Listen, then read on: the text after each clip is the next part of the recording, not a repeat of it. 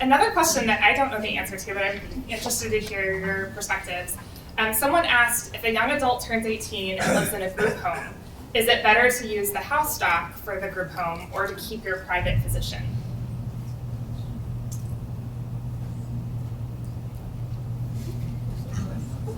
I think it would totally depend on what your needs were, you know? So if you are seeing a lot of specialties and you're using the hospital, then maybe keeping all that record within a system, that might be ideal.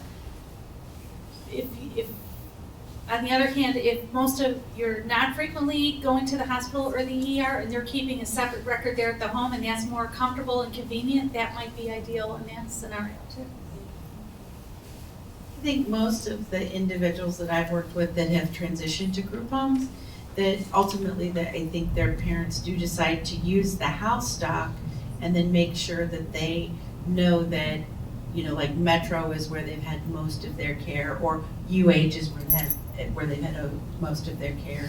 And I know that like Dr. Grossberg runs the Hattie Larnell programs in those group homes, and they work really hard to take those individuals back to, you know, to Cleveland Clinic if that's where their primary, you know, where their specialists and everything are. So I think that's really helpful. But I think, you know, not to fear, because the house docs, most of those people are people like that are here that because they have an interest go there too. So those are good people. And you know, if the individual just has a cold or they're sick, you're going to want to start with the house doc because they're like the quickest access into do it. You know, you don't want to go to the emergency room and put, so I think, you know, it's a combination of start with whoever's the house doc, but just make sure that they understand that, you know, then if it's a problem, these are the other people you could call. So that's a transition within itself.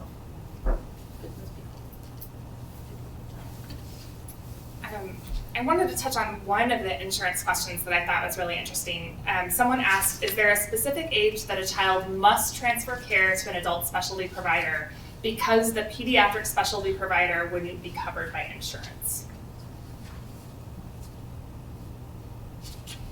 I vote no. I would think that there would be different codes that could be used. So I would think that there would be a way for that pediatric provider to make it work.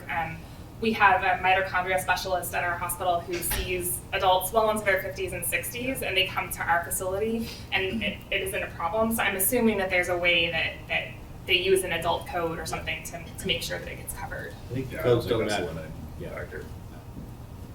I think Insurance potentially, but Right. I mean malpractice insurance. I think it's malpractice insurance. So sometimes when we say my insurance, you know, the insurance won't cover it. I think as a pediatrician, most of the time we're just worried about our malpractice and our scope of practice and what we're trained in, and not, but I don't think like that your Medicaid or your Anthem or like for me, you know, your SkyCare or whatever it is, isn't gonna pay for it. Most of the time they'll do it. There might be a difference when you transition, just though one of the things we talked about is just like your copay. And I think we didn't say a lot about insurance, but a lot of individuals, right, who are on their parents' insurance, that you do have to make a decision. What happens is age 18 because you could potentially apply for Medicaid for that individual if they meet the criteria, and that might be more beneficial for you. Or if that individual is going to live with you up to age 26, you want to check and see. And that's going to be a moving target as healthcare insurance changes again over the next probably 5 years.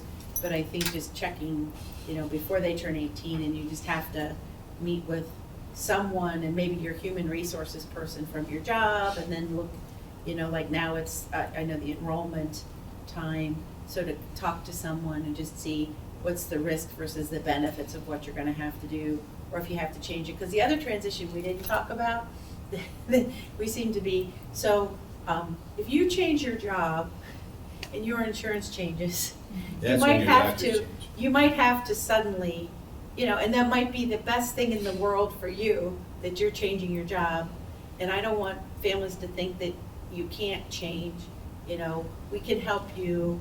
I can help you contact somebody at the Cleveland Clinic, and or somebody at UH, and Nate can say, yes, these are the people you could see at university. But, you know, we do have there are some access, and there's some listservs to people for complex care providers across the nation. So to see who might, you know, I may not know them personally, but like, well, this person has said that they want to be on this list as they take care of individuals with Down syndrome across the lifespan, and they're in St. Louis. And then we actually, I know through that complex care listserv, there's every night I'm getting a text here, who is in St. Louis that can take care of this child with a mitochondrial disorder and a feeding tube, you know, because the family's moving next month. So, you know, there is a network of people, but we have to start helping you. All right, any last questions from the audience? I know we've got a little bit of time left before we move into kind of the open house section. She was talking about Medicaid. Yeah. Like, I know with children, if you're on private insurance, you can go out of state and it will be covered at some point sometimes, but on Medicaid, can you go out of state and get covered? You can't, can you? Most of the time, I think if you have Ohio Medicaid, if you have an emergency, Okay. that's absolutely covered. So if Okay. you're out of state to visit, obviously if you move out of state, then you need to make arrangements with Yeah. that. So, you know, But you not an might, emergency, like you're seeing a specialist for something. yeah, so I That think, takes some work to approve. Say yeah, that again? That takes some work to approve. Okay. If you wanted to go plan to see someone in Pittsburgh, Yeah. that takes some work and proving and can be challenging. yeah. There But are it some is, or hospitals if, that take it, though. Like, we've gone to St. Louis to a specialist that takes them out of Medicaid. Oh, okay. Interesting. yeah, so it takes some work, but it's definitely possible. But like if you have a young one who's gonna go to college out of state, then that's what we say, you have to sort of look yourself, is it better to continue this person on my insurance till they're 26, even though it's you know, I'm gonna have to pay a little bit more to continue that, and they meet that criteria so they could be covered, or do they have to go on their own insurance at 18? But for emergencies, you're always covered. That's usually not a concern. It's just, like I said, if it's a specialist, and a lot of times, if you talk up front and you contact, you know, the State Department and let them know why that needs to happen, because like Cleveland Clinic sees people from all over the world, and they see people with Medicaid from all over the United States. I'll just add to Oh, yeah. So for us, we have some people who say, well, I saw that neurologist at X and not going back. But that's who's covered in their health plan. So then it's up to me to try to convince the insurance company who doesn't have, let's say Cleveland Clinic, in their provider list to say, we have to go there because either it doesn't exist there or that person didn't have the necessary expertise. So again, that's where I think one of the values of having a medical home who's gonna just tackle that and get you the people that you need, because there's just no such person in their list of specialists. All right.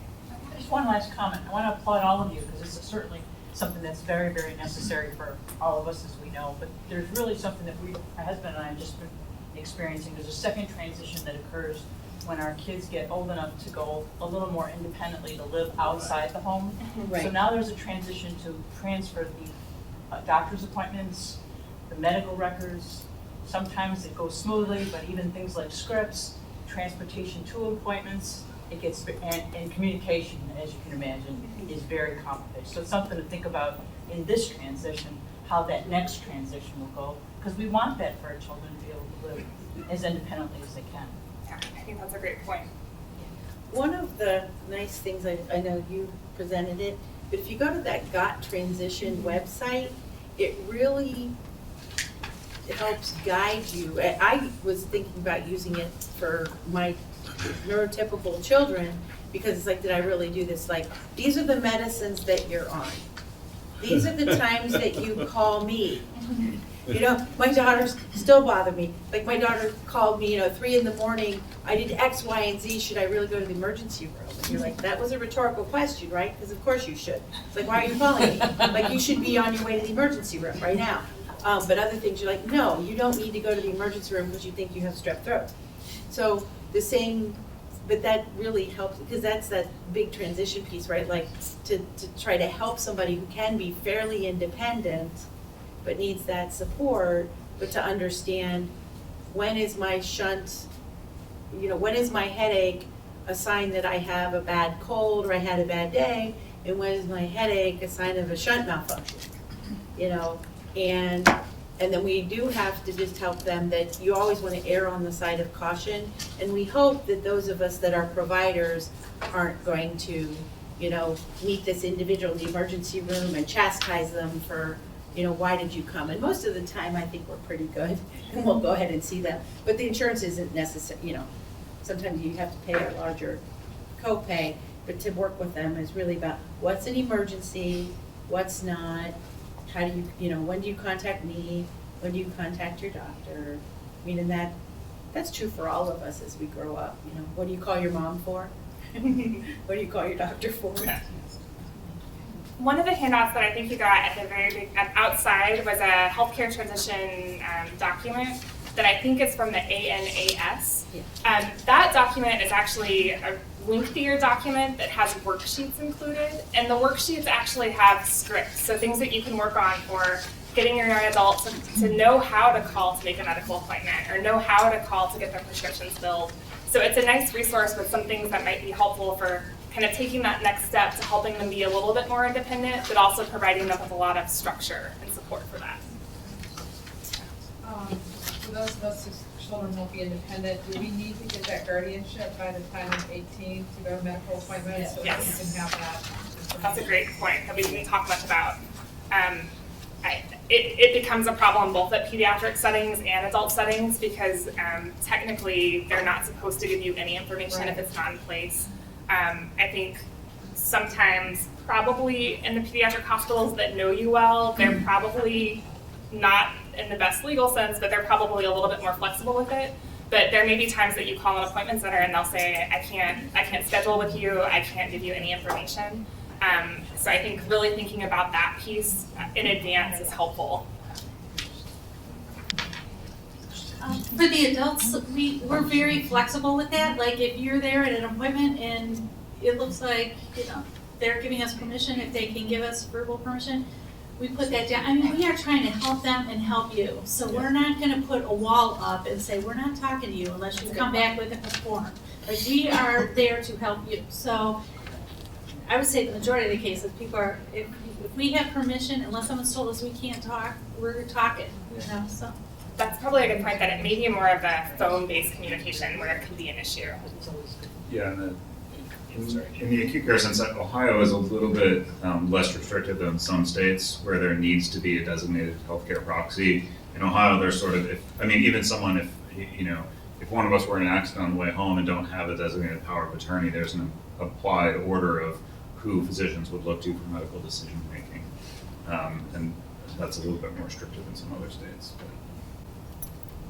I do have to mention, there's alternatives to guardianship. Right. Yes. Guardianship is pretty severe, it takes away a lot of adult responsibilities and decision making. There's medical power of attorney, which is a less restrictive. You have to decide what's right for the person that you're advocating for, your child, and as they become an adult, what type of decision making can they make? So that determines whether you guardianship or power of attorney, but just be really mindful, right, of the choices. I was just, that was gonna be part of my thought, but my other part of my question is it an acceptable way to bridge that gap between the decision-making of power of attorney or guardianship to put like a consent to release form in the file that allows a caregiver, like if you have something like that, that parents and the individual could sign to say, and that would allow them to be in a room. Like I know we were talking a little bit about like more verbal response, like you're not gonna like put a wall up between someone, but is there a piece of paper that they have in every setting in order to cover themselves so that they can continue to support them in whatever way that's needed? At our facility, we have a release of information that can be to and from, meaning that we can share information to the parent and then they can get information from us.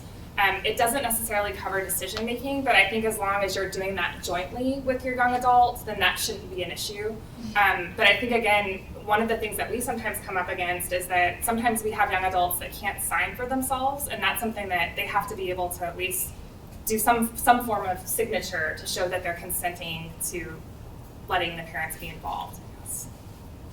I had a situation where our medical record system just stopped.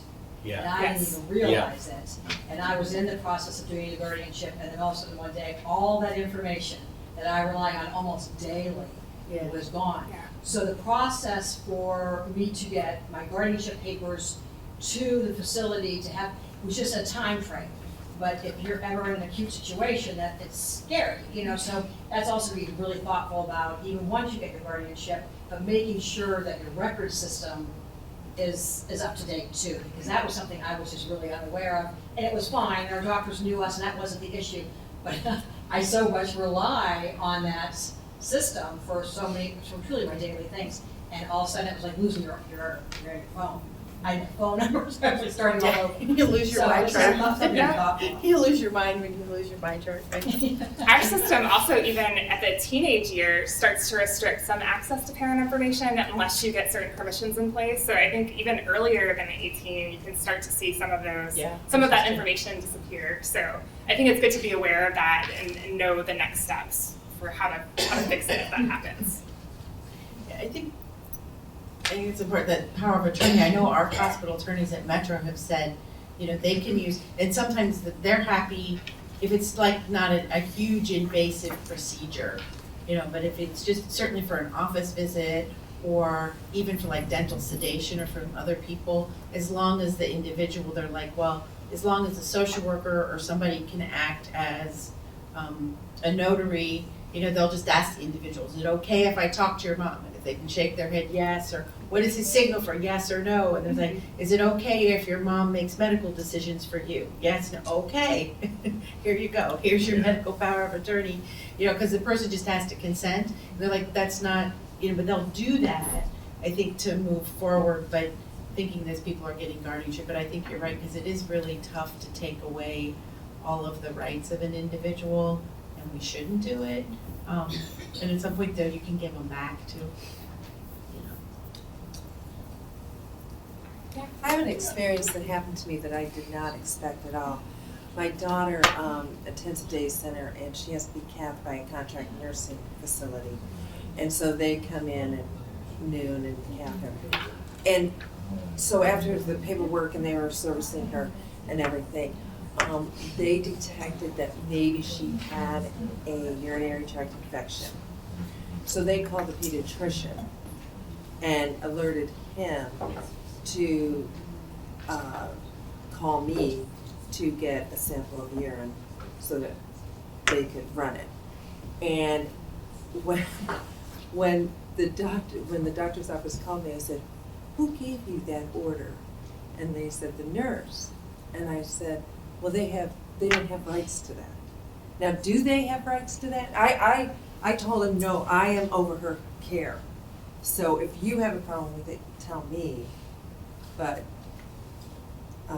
I think there are, my experience with a lot of the schools, like the Cleveland Municipal School System, we do over the years, I get a lot of phone calls from school nurses, and we do try to always go back and say, well, did you tell the mom?